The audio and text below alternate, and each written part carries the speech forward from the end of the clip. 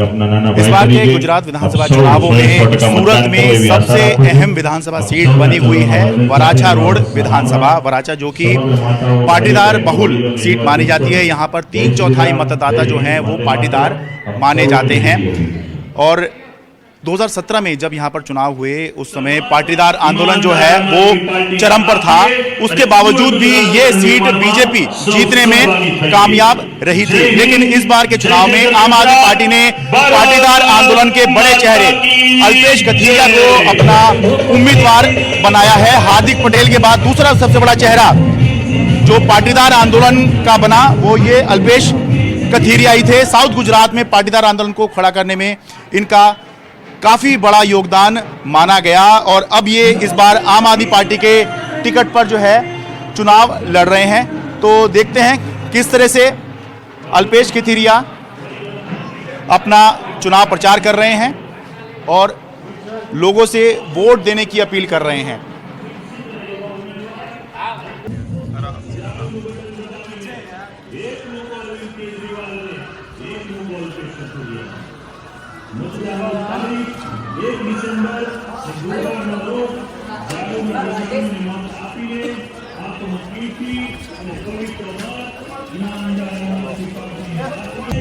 वंदे जय जवान इंकलाब इंकलाब भारत माता की भारत माता की जय जवान भारत माता की। સૌ માતાઓ બહેનો વડીલો યુવા દોસ્તો આપ સૌને ખ્યાલ હશે કે આવતી 1 ડિસેમ્બરના રોજ ગુજરાત વિધાનસભાની ચૂંટણી છે। ગુજરાત વિધાનસભાની ચૂંટણીની અંદર આ વિસ્તારે વરાછામાં આવે છે અને આપ સૌ લોકો વરાછા વિધાનસભાના મતદારો છો। અમે આપ સૌને વિનંતી કરીએ છીએ કે આપ સૌ લોકો 1 ડિસેમ્બરના રોજ અવશ્ય અને 100% મતદાન કરજો। તો દરેક કામ કરવા માટે 300 યુનિટ વીજળીના માટે દરેક મહિલાના ખાતામાં 18 વર્ષની ઉપરની કોઈ પણ મહિલા માતા હોય એના પરિવારને મદદ માટે દર મહિને 1000 રૂપિયા, આપણા બાળકોના ભવિષ્ય માટે સરકારી અને સ્માર્ટ સ્કૂલો, આપણા બાળકો વાંચી શકે માટે સારી લાઇબ્રેરીઓ અને દરેક પરિવારને મોંઘવારીમાંથી રાહત થાય માટેની 300 યુનિટ વીજળીમાં વીજળી બિલ ઝીરો સૌ લોકો વિચારજો। પત્રિકામાં જે વાતો લખી છે આજે દેશ આઝાદ થયાના 75 વર્ષ પછી કોઈ પણ પક્ષે આ પ્રકારની વાતો નહીં લખી। अल्पेश कथीरिया मेरे साथ जो कि वराछा रोड विधानसभा से आम आदमी पार्टी के उम्मीदवार हैं। अल्पेश भाई स्वागत है आपका। पहले तो बताइए उम्र कितनी हो गई है आपकी? मेरी 28।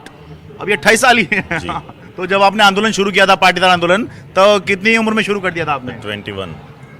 ओह, तो 7 साल हो गए हैं। तो आंदोलन अब कहाँ, क्योंकि आपकी पहचान आंदोलन से ही है, आंदोलन अब कहाँ पहुंचा है? क्या लोग कह रहे हैं पाटीदार आंदोलन खत्म हो चुका है? देखो आंदोलन खत्म, चर्चा नहीं है इसकी। आंदोलन खत्म हो या ना हो, लोगों का जज्बा कायम रहता है, लोगों का विश्वास कायम ही रहता है।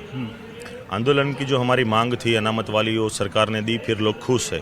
लेकिन जो हमारी 2 मांग है सरकार के सामने कि पाटीदार समाज की जिस युवाओं महिलाओं बुजुर्गों पर जो भी केसों मुकदमा किए वो वापस खींचे जाए, और साथों साथ दूसरी बात है कि जो शहीद परिवार हुए उसके परिवार को किसी भी परिवार के मेंबर को नौकरी दी जाए, वो हमारी सरकार से मांग थी। तीनों बार 3 मुख्यमंत्री रहे, उसके प्रदेश प्रमुख भी रिपीट होते रहे, कुछ नए आए हैं। हम हर बार वो सिर्फ बात करते हैं लेकिन वायदे पूरा नहीं करते। तो हम चाहते हैं कि हम ही सत्ता में आए और हम ही समाज की सेवा करें, लोगों की सेवा करें, और ये 2 मांग हम हमारे हाथों से ही पूर्ण करें। 2017 में जब आपका पाटीदार आंदोलन चरम पर था उस समय भी जो है ये सीट जो है लोगों ने भरोसा नहीं किया किसी और पार्टी पर, बीजेपी पर भरोसा जताया। तो अब जब वो आंदोलन भी नहीं है, वैसा कुछ नहीं हो रहा है, तो अब कैसे जो है लोग जो है क्यों बदलाव के लिए सोचेंगे? देखो आंदोलन की बात है तो आंदोलन एक सामाजिक तौर पे चल रहा था। तो हमारे आंदोलन में समझो कि कोई लोग ऐसे हैं कि जो भाजपा से जुड़े हुए हैं, कांग्रेस से जुड़े हुए, आपसे जुड़े हुए या किसी से नहीं जुड़े, तो सब लोग आते थे और उस समाज के तौर पे चलता था। हम आम आदमी पार्टी में हम जुड़े हैं, आम आदमी पार्टी के परिवार के साथ हम काम कर रहे हैं। कि पहले तो ये जो एक पार्टी है, एक पक्ष है, वो एक अलग विचारधारा से बना है, ईमानदार विचारधारा से बना है और उसके साथ ये पार्टी के तौर पे एक जन आंदोलन से खड़ी हुई है और अभी वो जन आंदोलन जारी ही है। ये जन आंदोलन ऐसा है कि लोकशाही में लोगों बिना डरे स्वतंत्र भारत के तौर से मतदान करें, स्वतंत्र तौर से रहे और लोगों का मुद्दा है तो लोग ही आप सामने आए और लोगों की आवाज़ हम बन सके।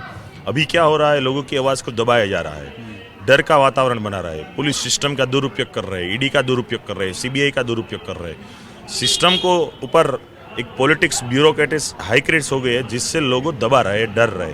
हम उस डर को दूर करना चाहते हैं और हम वो चाहते हैं कि लोग खुली जिंदगी जिए और अच्छी सोच से आगे बढ़े। ठीक है। 27 साल से यहाँ बीजेपी का शासन है और 27 साल का मतलब ये है कि जो ज़्यादातर युवा हैं उन्होंने कभी बीजेपी के अलावा यहाँ कुछ देखा ही नहीं है। बहुत से लोग ऐसे हैं जिनके लिए पार्टी ही सरकार है, सरकार ही पार्टी है। तो इनको कैसे आप कन्विंस कर रहे हैं कि उससे अलग कुछ सोचें?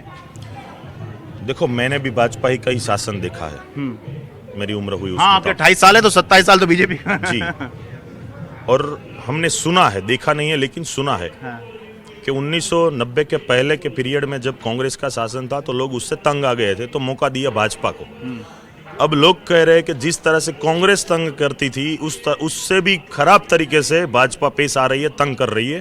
तो भाजपा से दूर होना है और आम आदमी पार्टी को मौका देना है, केजरीवाल जी को मौका देना है, परिवर्तन में साथ देना है। ठीक है। किशोर भाई के लिए क्या कहेंगे जो यहाँ से मौजूदा विधायक हैं, पूर्व मंत्री हैं? देखो, विधायक है नहीं, विधायक थे और पूर्व मंत्री थे और अब पूर्व ही रहेंगे क्योंकि लोग चाहते हैं कि हमारे काका रिटायर्ड है, रिटायर्ड ही रहे। जनता की सेवा बहुत की। हमारे काकी जी चाहते हैं कि अब घर पर रहे, बच्चों को संभाले, आशीर्वाद दे और घर के वातावरण में थोड़ा सा सहकार दे। बहुत बहुत थैंक यू।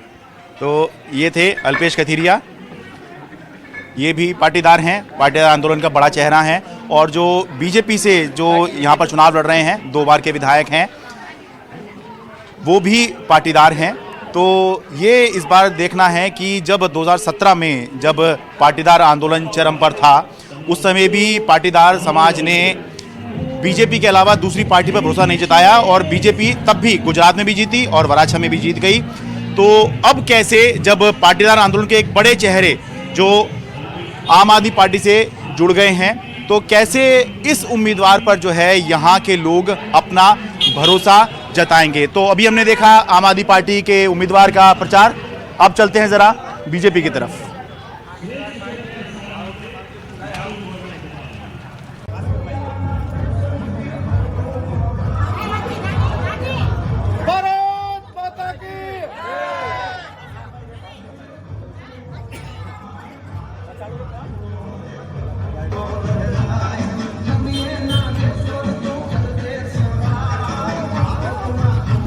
विदेशी अभ्यास दवा, प्रधानमंत्री आवास योजना, मुख्यमंत्री आवास योजना, प्रधानमंत्री सुरक्षा बीमा योजना, पानी दीकरी योजना, राइट टू एजुकेशन એટલે કે આરટી યોજના, પ્રધાનમંત્રી સુરક્ષિત માતૃત્વ અભિયાન, શાળા આરોગ્ય બાળ સ્વાસ્થ્ય યોજના એટલે કે શાળા તપાસણી કાર્યક્રમ જેવી અનેક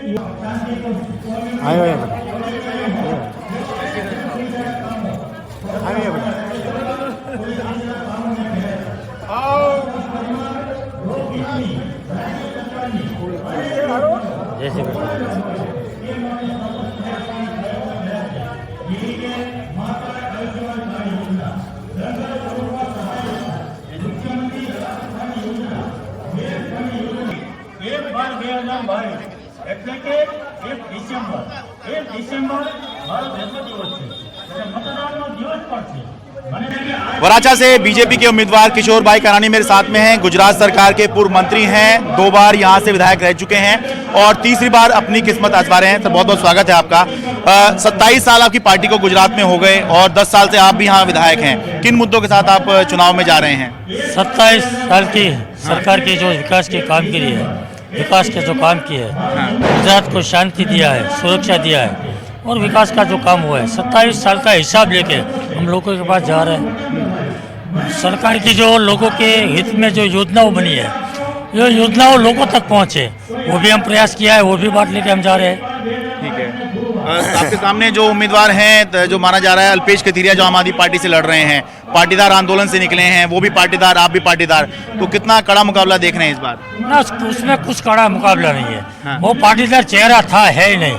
हाँ। वो अनामत आंदोलन समिति के कन्वीनर थे। हाँ। उसको अब वो राजकीय नेता हो गए, कोई पार्टी में जुड़ गए, तो अभी लोग तय करेंगे, नक्की करेंगे हाँ। कौन चेहरा चाहिए। पाटीदार तो दोनों है। हाँ। हमने 10 साल जो इस इलाके में काम किया है, वराछा में हमने जो काम किया है, हाँ। लोगों के लिए हम दौड़ते रहे, हाँ। उसका आवाज़ बन के हम वहीवट के अंदर के सामने हाँ। वो लड़ रहे हैं। तो हमारा अनुभव है काम का लोगों को। ठीक है। दो तरह की चर्चाएं चल रही हैं। एक चर्चा ये चल रही है कि पाटीदार आंदोलन जब अपने शबाब पे था, चरम पे था, तब भी पाटीदार समाज ने जो है बीजेपी का साथ नहीं छोड़ा और आपने तब भी जीतकर यहाँ पर दिखाया, जो कि सिंबॉलिकली पाटीदार बहुल सीट है ये। और लेकिन एक बात ये भी चल रही है कि तब विकल्प नहीं था, जो है कोई लोग कांग्रेस को पसंद नहीं कर रहे थे, शायद इस वजह से पाटीदारों ने तब भी बीजेपी का साथ ही दिया। तो इस पे क्या कहेंगे आप? दोनों तरह की चर्चा अभी भी कोई विकल्प नहीं है लोगों के पास, अभी भी कोई विकल्प नहीं, क्योंकि पाटीदार अनामत आंदोलन के जो वक्त था, हाँ। जो खराब समय था, हाँ। वो समय तो पाटीदार आंदोलन समिति के कन्वीनर थे अल्पेश भाई, हाँ। इसलिए वो पाटीदार समाज के साथ थे। लेकिन मैं तो विधायक था, हाँ। और शासक पक्ष में था, हाँ। फिर भी हम समाज के साथ खड़े रहे। हाँ, तो आपका ये कहना है कि जब तब भी सबने साथ दिया, तो अब तो हाँ। आंदोलन भी नहीं है। अरे हाँ, तो आंदोलन भी नहीं है। और पूरे वराछा रोड को, समाज को, सब समाज को मालूम है कि जब खराब समय आता है, जब लोगों की जरूरत होती है, तब कुमार कान्हे उसके साथ खड़ा रहता है। चलिए, अल्पेश भाई के लिए कुछ कहना चाहेंगे आप? वो तो उसके हिसाब से वो चुनाव लड़ रहे हैं। हाँ। वो सब जगह बोल रहे हैं कि काका भतीजे की लड़ाई, चाचा भतीजे की लड़ाई है, हाँ। चाचा को निवृत्त हो जाना चाहिए। लेकिन मैं तो लोगों के मत पर छोड़ देता हूँ। वोटिंग वो करेंगे, लोग वोट करेंगे और तय नक्की करेंगे, वो लोग करेंगे कि चाचा को घर पे बैठने का है या भतीजा को बैठने आंदोलन का कहीं है। देख रहे हैं आप? आंदोलन अभी है कहीं या समाप्त हो गया? ना, कोई आंदोलन तो बात ही खत्म हो गई है। हाँ। क्योंकि आंदोलन जो हिसाब से था वो सरकार ने दे दिया है। हाँ, क्योंकि एक तरफ हार्दिक पटेल थे, वो भी अब बीजेपी में ही है, अल्पेश है अब आम आदमी सब पार्टी में आंदोलन है। के सब नेता ने अपने अपने स्टैंड बना लिए हैं। हाँ। कोई कांग्रेस में गए हैं, कोई आप में गए हैं, कोई भाजपा में आए हैं। हाँ। तो आंदोलन समिति का कोई मतलब ही नहीं है। चलिए, बहुत बहुत धन्यवाद। वराछा से अपने कैमरा सहयोगी अश्वनी मेहरा के साथ मैं शरद शर्मा, एनडीटीवी इंडिया।